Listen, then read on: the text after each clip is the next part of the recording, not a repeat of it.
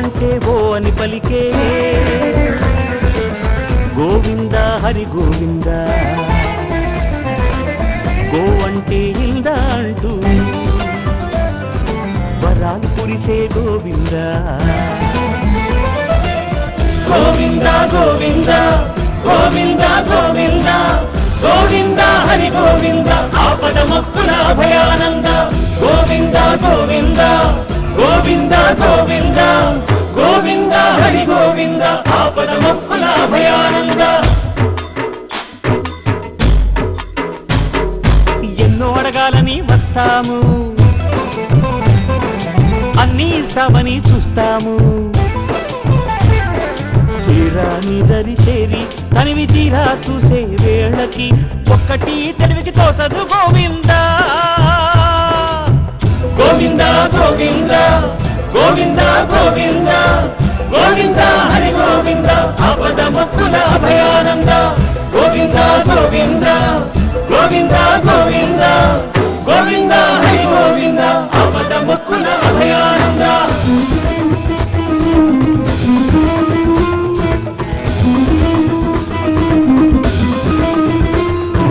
అదివో అల్లదివో హరివాసం అంటూ 7 కొండలు ఎక్కించి ఇష్ట ఫలాలకి కష్టపడాలని పరిపరి విధాల బోధించి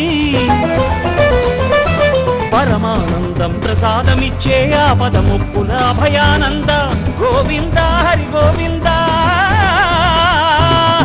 గోవింద గోవింద గోవింద గోవింద గోవింద హరి గోవింద, ఆపద మొక్కుల అభయానంద. గోవింద గోవింద గోవింద గోవింద గోవింద హరి గోవింద, ఆపద మొక్కుల అభయానంద. గో అంటే ఓ అని పలికే గోవింద హరి గోవింద, గో అంటే ఇందా అంటూ వరాలు కురిసే గోవింద.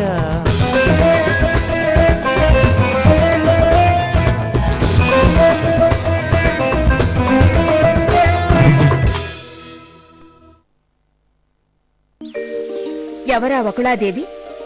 స్వామి శిరస్సును ఒడిలో పెట్టుకుని పరిచర్య చేసే భాగ్యం ఆమెకెలా కలిగింది? లక్ష్మీం క్షీర సముద్రరాజతనయామని నిన్ను కొలుస్తారు. కారణం, నీకు మాతృగర్భసేన భోగం లేదు. అందుకే తల్లి ప్రేమంటే నీకు తెలియదు. ఒక తల్లి ప్రేమ రాజ్యభ్రష్టులైన బిడ్డలకు రాజ్యాన్నే గడించిపెట్టింది. నేను నీ కడుపున పుట్టి నీ బిడ్డలకు మేలు చేస్తాను.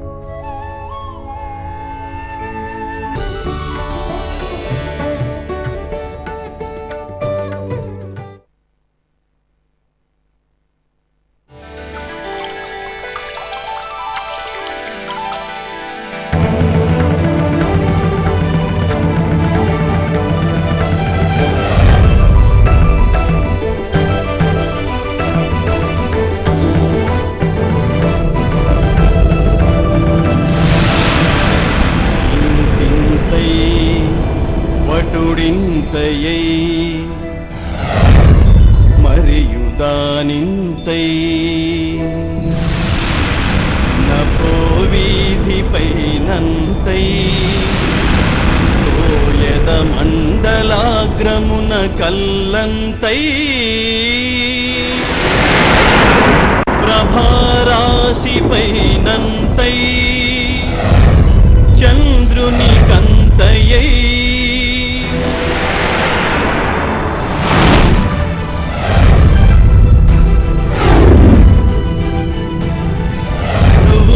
పైనంతై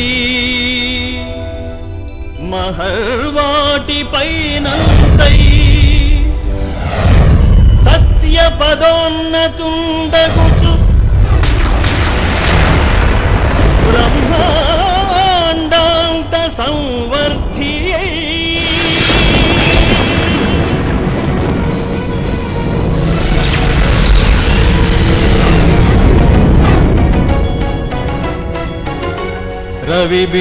రవిబింబంబుపమింప పాత్రమగు ఛత్రంబై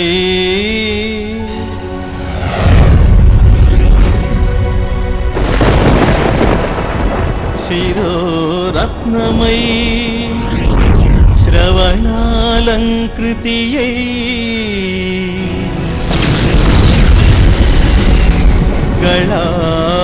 ఆభరణమై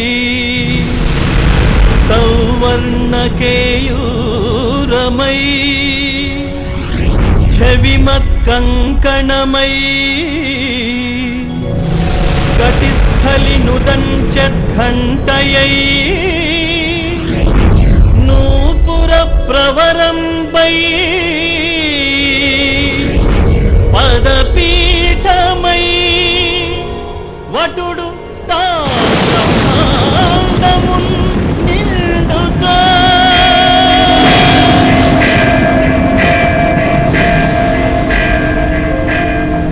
ఓ మహాబలి, నీవు దానమిస్తానన్న 3 అడుగులలో ఒకటి భూమండలాన్ని, రెండవది సమస్త విశ్వాన్ని ఆక్రమించగా 3వ అడుగుకు ఇక చోటే మిగలలేదు. ఆ చోటు చూపించు.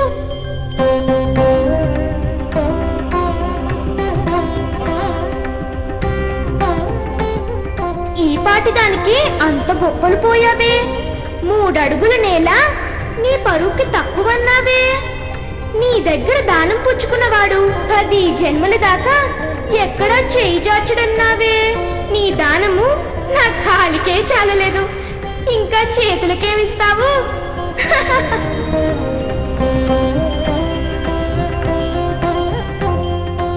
ఐశ్వర్యవతం నా కన్ను గప్పింది.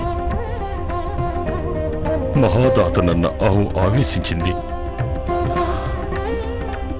సర్వం నీదే, నీ ప్రసాదమేనన్న సత్యాన్ని కానుకోలేకపోయాను. నీవిచ్చినది నీకే దానంగా ఇవ్వబోయాను. ఇచ్చిన మాటనేం చేస్తావు? 3వ అడుగుకు చోట సమస్త విశ్వాన్ని నువ్వు ఆక్రమించిన, ఇంకా ఈ అహం వల్ల నాది అని చెప్పుకునేది నా శిరస్సు ఉంది. ఈ పాదం మోపి నన్ను పూర్తిగా అనుగ్రహించు తండ్రి, అనుగ్రహించు. నీ సత్య వాక్పాలనను మెచ్చాను, కానీ చేసిన తప్పుకు శిక్ష అనుభవించక తప్పదు కదా.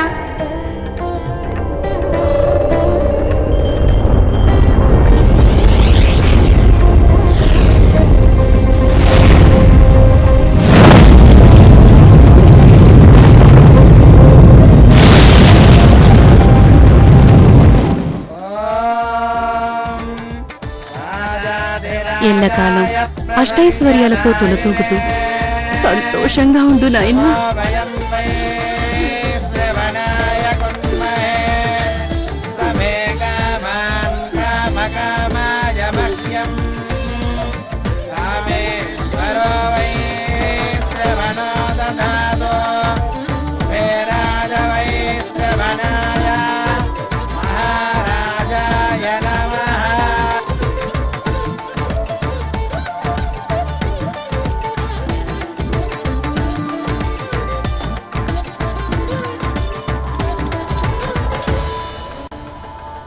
ఒక తల్లి వాత్సల్య బలం బిడ్డలు పోగొట్టుకున్న రాజ్యాన్ని తిరిగి ఇప్పిస్తే, మరొక మాత ఏనాడో చనిపోయిన కుమారుడికి ప్రాణం పోసి పునర్జన్మని సాధించి పెట్టింది.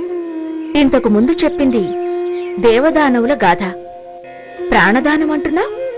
ఇది మానవుల కథ. అవును తల్లి, మాటల్లో దీవిస్తూ మనసులో వందనం చేస్తూ జగద్గురు శ్రీకృష్ణ పరమాత్మకే గురువులుగా నటించిన మహాజ్ఞాని సాందీపని మహర్షి, ఆయన భార్య విదుషీమణి అన్నపూర్ణమ్మల కథ. చిరంజీవి అని పెద్దలు పేరుంచిన 10 ఏళ్లకే యమపాశం పాలైన పసివాడికి తల్లి ప్రేమ గడించి పెట్టిన పునర్జన్మ కథ. భగవానుడు బాలకృష్ణుడిగా మానవ ధర్మాన్ని అనుసరించి తాను కూడా ఓం నమశివాయ నుండి క్రమంగా సకల విద్యలు గురుముఖతః నేర్చుకున్నాడు. విద్యాభ్యాసానంతరం గురువు సాందీపని మహర్షికి గురుదక్షిణ ఇవ్వడానికి నిశ్చయించాడు. గురుర్బ్రహ్మా గురుర్విష్ణు గురుర్దేవో మహేశ్వరః గురు సాక్షాత్ పరబ్రహ్మ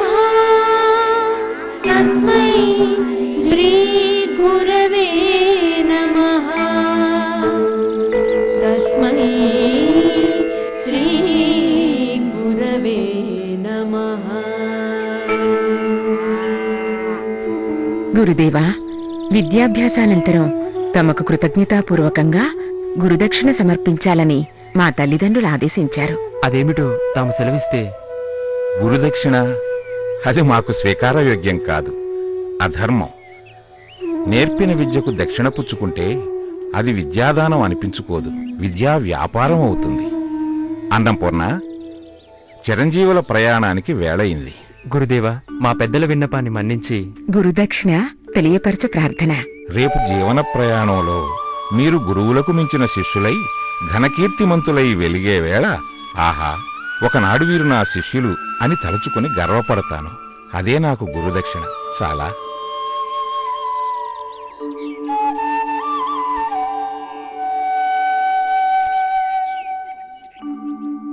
మాత, గురువులతో వాదించే సాహసం, శక్తి మాకు లేవు. కాని ఒక్క మనవి, అన్నీ ఇచ్చే ఆ భగవంతుడు కూడా తాను ఇచ్చిన ప్రసాదాన్ని మన నివేదనగా స్వీకరించి సంతోషపడతాడంటారు. మేము ఏమి కానుకలు ఇవ్వబోయినా అది తమ ఆశీ ప్రసాదమే అవుతుందని తెలుసు. అయినా మా వేడుకలను మన్నించి మీరైనా. నా భర్తకి లేని కోరికలు, ఆశలు నాకు మాత్రం ఎలా ఉంటాయి కిష్టయ్యా? అమ్మా అమ్మా, ఇంత తీయని పిలుపు. మా అమ్మ అలాగే పిలిచేది. మా అమ్మ నాకు వెన్న ముద్దలు, గోరు ముద్దలు తినిపించే వేళ నేను మారాము చేసి మా అమ్మ చేతి ముద్దని అమ్మకే తినిపించేవాడిని. నేను మీ కన్నబిడ్డనే అనుకుని నా చేతి గోరు ముద్ద ఒక్క ముద్ద తీసుకోవాలి. నా కన్నబిడ్డ ఏడి? వాడు నన్ను వదిలి పారిపోయాడు, సముద్రంలోకి పారిపోయాడు.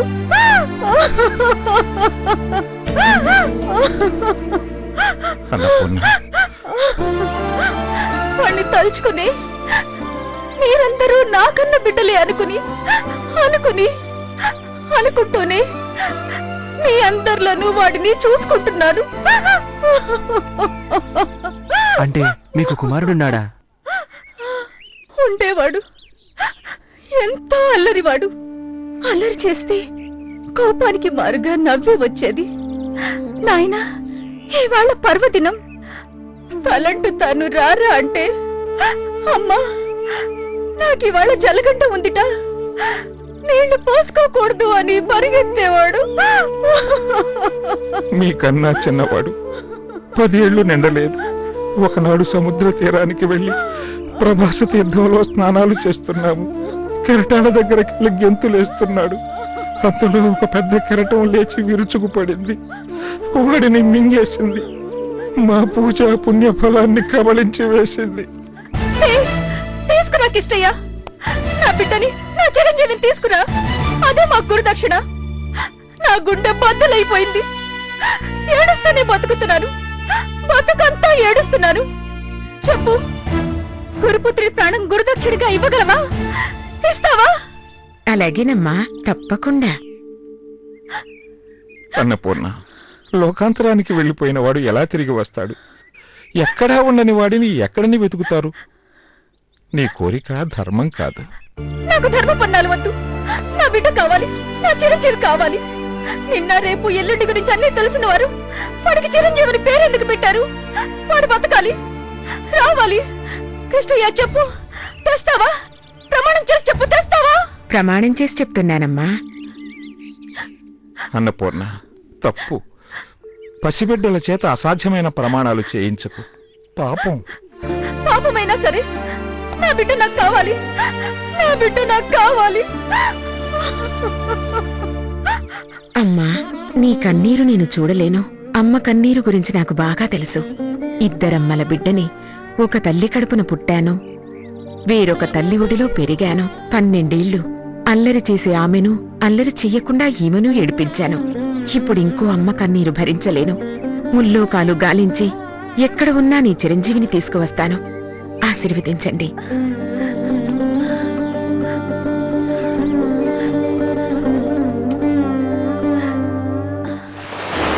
జలధీశ్వర వందనం. జగదీశ్వర ప్రణామం. పూర్ణాయువు గల చిరంజీవి అనే బాలుడిని నీ తరంగ హస్తాలతో లోపలికి తీసుకువెళ్ళావు. అతడెక్కడా?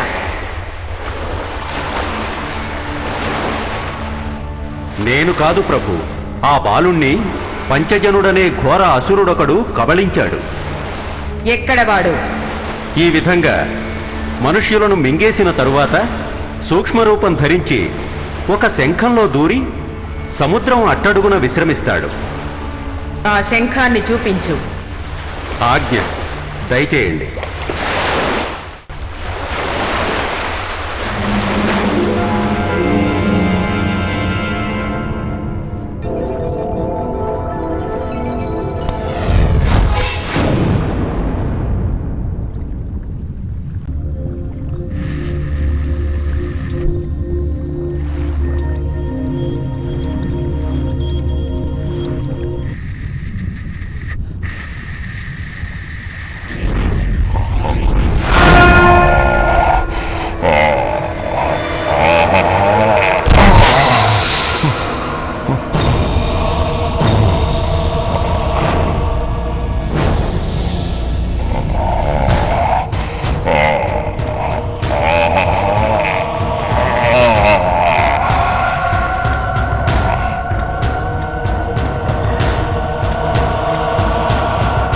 ఎవడురా నా నిద్రాభంగం చేసిన సాహసి?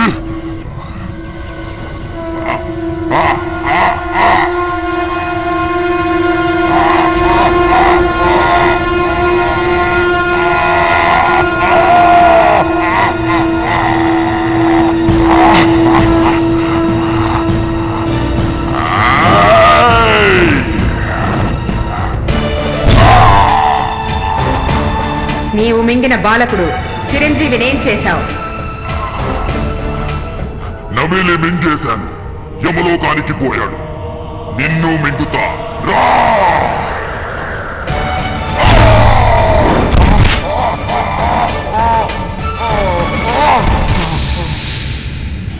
కృష్ణ, మరి గురుపుత్రుడు చిరంజీవి?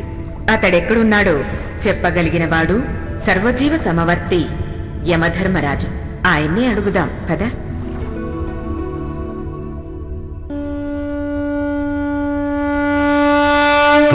ప్రభు వందనాలు. ఆజ్ఞ ప్రభు. దీర్ఘాయువుగా ఉండవలసిన చిరంజీవి అనే బాలకుడు ఒక అసురుడి కారణంగా నీ వద్దకు చేరాడు.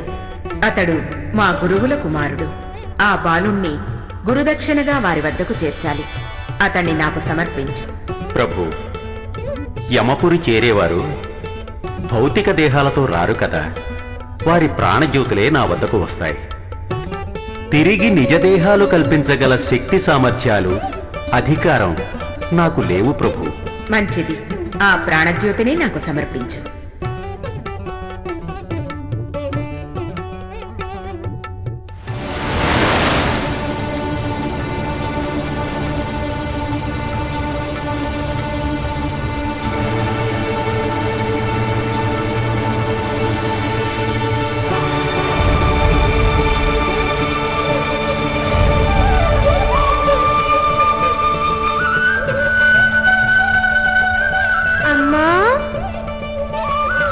అన్నా, చూసావా? ఇటు నేను అటు నువ్వు ఉన్నా ఈ ప్రాణికి దేవత అమ్మే. ఎంత చక్కని పిలుపు, ఎంత హాయి. రాతమ్ముడు, దా, నిన్ను అమ్మా నాన్న దగ్గరికి తీసుకెళ్తాను. జగన్మాత, చల్లని తల్లి, చాలా పెద్ద తప్పు చేశాను. నా కన్న బిడ్డను వెతికి తీసుకురమ్మని మరో కన్న తల్లి బిడ్డలను ప్రమాదభరితమైన యాత్రకు పంపాను.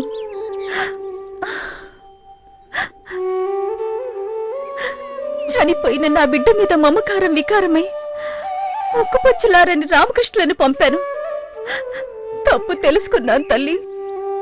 నా బిడ్డ రాకపోయినా బాధ లేదు, కాని ఆ ఇద్దరూ క్షేమంగా త్వరగా వెనుతిరిగి రావాలి. మరో తల్లి కన్నీరు పెట్టకూడదు. వారు రాగానే వారి తల్లి దగ్గరకు నేనే తీసుకువెళ్ళి అప్పగిస్తాను.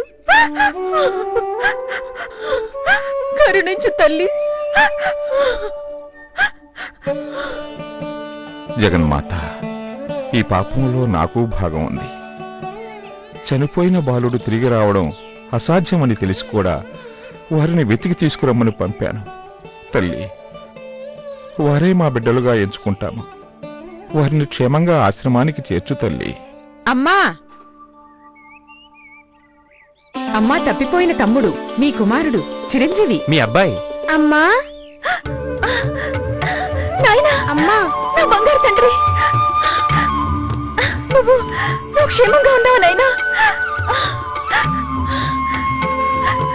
ఇన్నాళ్ళు నన్ను వదిలి ఎక్కడికి వెళ్ళావు తండ్రి?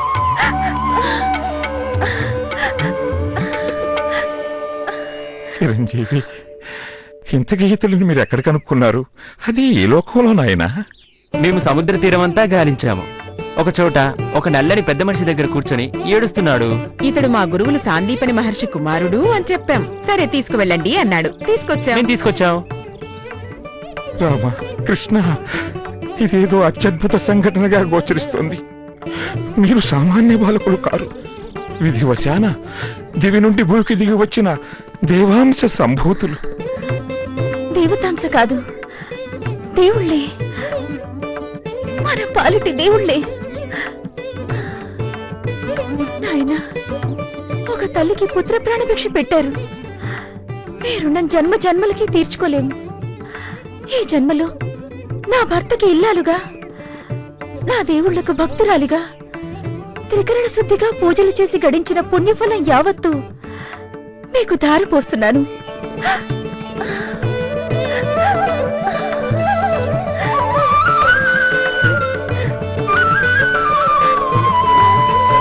మీకు సకల శుభాలు కలగాలని ప్రార్థిస్తున్నాను, ఆశీర్వదిస్తున్నాను.